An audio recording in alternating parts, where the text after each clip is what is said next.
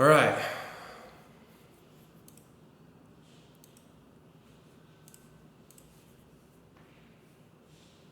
What's going on, guys?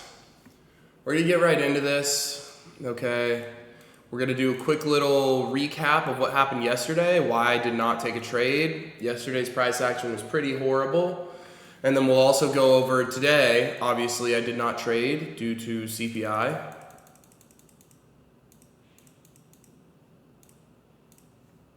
Okay, we had CPI come out bearish. As we can see that get reflected in the charts. All right, so first of all, let's just go over yesterday. Yesterday, I mean, look at this. Thank God we didn't trade, right? Nobody's gonna be trading this. If your favorite mentor said, holy shit, I caught, tell him to shut up, right? Because this is not healthy. This is not good price action. This is horrible. We don't want to be trading something like this. Okay? Wait, y'all can hear me, right? You can? Cool. Okay. Anyways, this is not good or healthy price action. Pretty horrible. Okay, so if we look in here, our confluence was all the way up here. And as we can see, that got hit pretty much right near PM, like the end of PM session. So no reason to be trading this whatsoever. If we go over to ES, similar situation. Our confluences got hit towards PM session. No reason for us to be trading that. Especially after seeing this chop shop ass price action. There's no reason for us to be trading that whatsoever. Okay?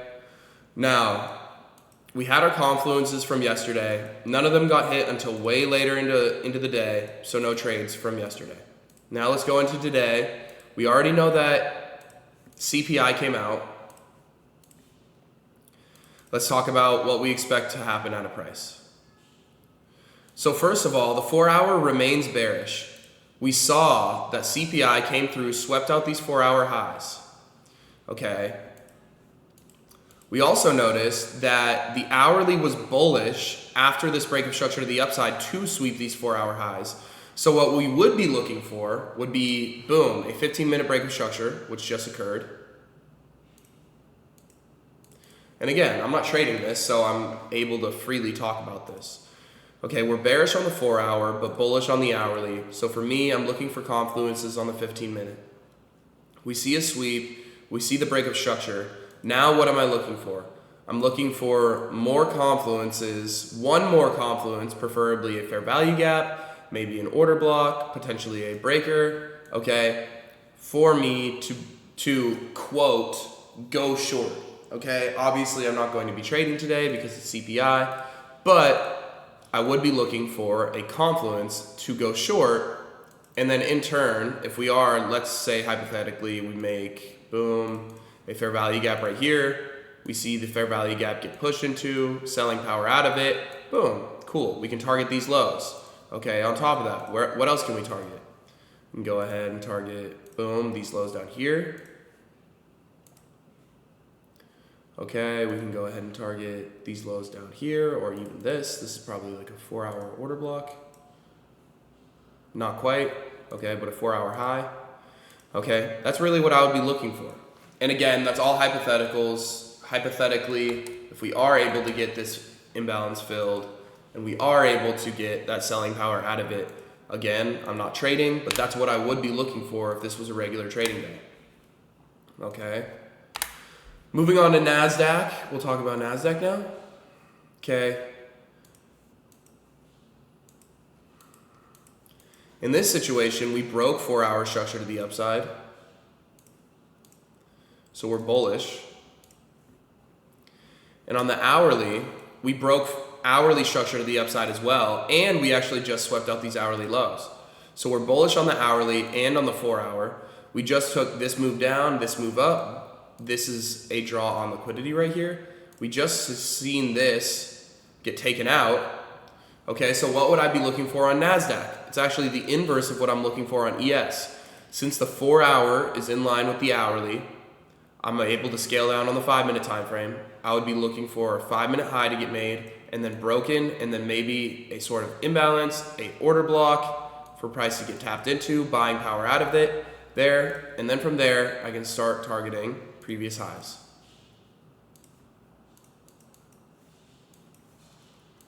This hourly order block, something like that. Okay, that's what I see happening for today.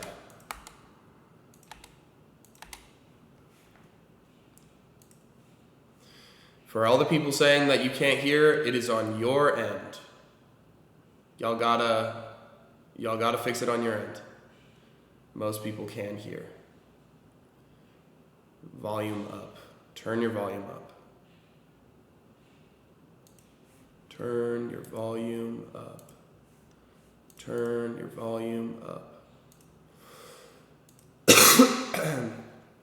But anyways, that's what I see for NASDAQ. That's what I see for the S&P. Different biases on both of these. Okay. On the S&P, I'm bearish, but again, we would have to wait for, quote, confluences, again, because I'm not trading. And on NASDAQ, I'm bullish, but again, I would have to wait for confluences, again, in quotes, because I'm not trading. All right, so with that being said, that pretty much wraps up our overall recap and our bias for CPI. Tomorrow, again, I haven't taken a trade in like a week and a half, guys. I would love to take a trade, but market just hasn't been giving the best price action, and I've been okay with that. Okay, because again, I'm not calling out signals, and I'm only giving you guys like market recaps and such. And I think that's better for you guys, for your own mental standpoint, because if you guys see me being like, oh, TJR hasn't taken a trade in the past 1.5 weeks, and you guys see your own trading, and you guys see like, oh, well, we took 30 trades in the past 1.5 weeks, and we're net negative. What does that say about you guys? What does that say about how you guys should be trading, right? Again, I'm probably going to be trading a lot more passively than you guys, but for you guys, you guys should also take that into account. Like, damn, maybe I shouldn't necessarily be trading as much as I am.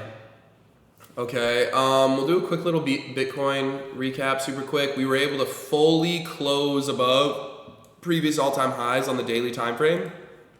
Now it'll be interesting to see if we can get a weekly close, and it'll be interesting to see if we can get a monthly close.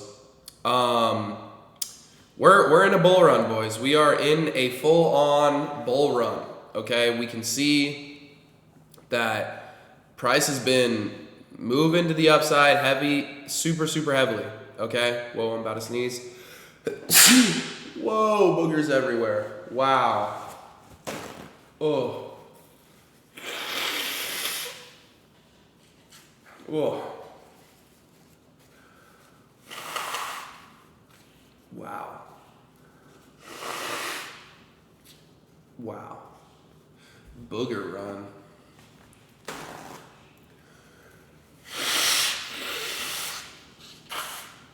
Oh. Oh. Wow. That is horrible. So horrible. Okay, but anyways, something that we should look at on Bitcoin, or something that I like to look at. This is the Bitcoin all-time chart. Okay, so let's just look at the previous bull run, and let's measure out from previous lows to previous all-time highs. Price ended up hitting that 190% extension. Okay? So, with that in mind, we can measure this one out to here. And we can see that the 190% extension is all the way up here at 195K. Okay? And the reason why I have these little green lines here is because the Fibonacci is actually really awesome for using, especially when we're in price discovery mode, to find take profit points. Okay, so I marked pretty much every single Fibonacci extension to show take profit points. Okay, we have this one, 194. We have this one, 129. We have this one, 100K. We have this one, 87K. I definitely think we hit 87 and 100K, but after that, it's kind of up in the air, and we should be looking to potentially manage positions. Okay, along with that, we can go ahead and look at Ethereum. We can scroll down to previous all-time lows prior to bull run.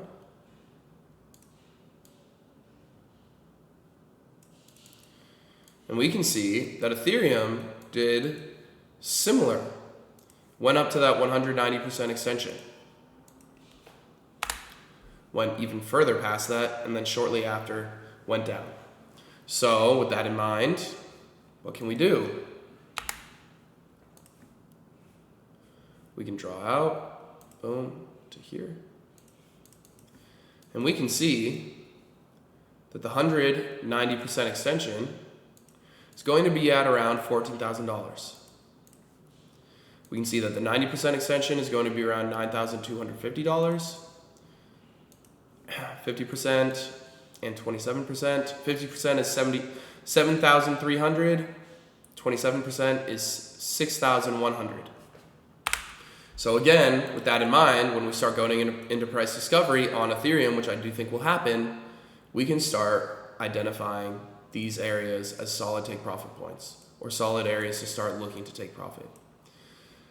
Now, on top of that, I would like to go into this, if it gives me the possibility to. We're going to go into total crypto market cap.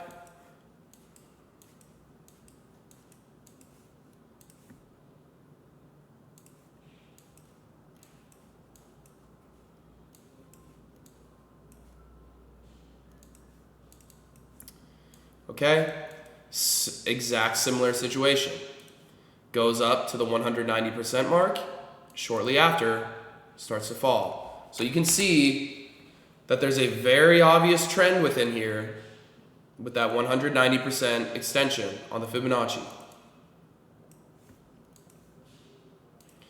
Now, if that's the case, we can see the total altcoin market cap potentially getting all the way up to $4.8 trillion. And I actually think that this could be potentially an understatement. I see us getting somewhere around $5 trillion in total altcoin market cap. Okay, so again, what can we do? Do we know that that's going to happen for certain? Definitely not. Okay, but we can use these Fibonacci extensions as, boom, 2.16 trillion, 2.5 trillion, 3.2 trillion, and 4.8 trillion as relatively smart take profit points or areas that we can look to exit our altcoins. Okay? When the altcoin total market cap gets up here, it'll be something I'm considering. When the altcoin total market cap comes up here, I'll probably start shaving off some profits. If it comes up here, shave off even more profits. If it comes up here, fuck it. You might as well close everything down. Okay, so that's my thoughts. If Bitcoin can hold above all-time highs, we should be in for a bit of a doozy.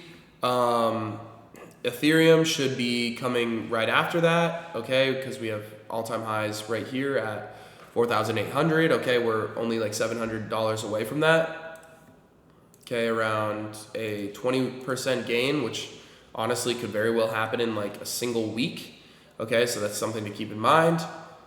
Other than that though, crypto's been doing awesome. Altcoins have been performing really well. Bitcoin's been performing better than most altcoins, and that's typical at the beginning of a cycle. And then from there, everything will get rotated into Ethereum, larger cap coins, and then from there, your micro alts and nano alts.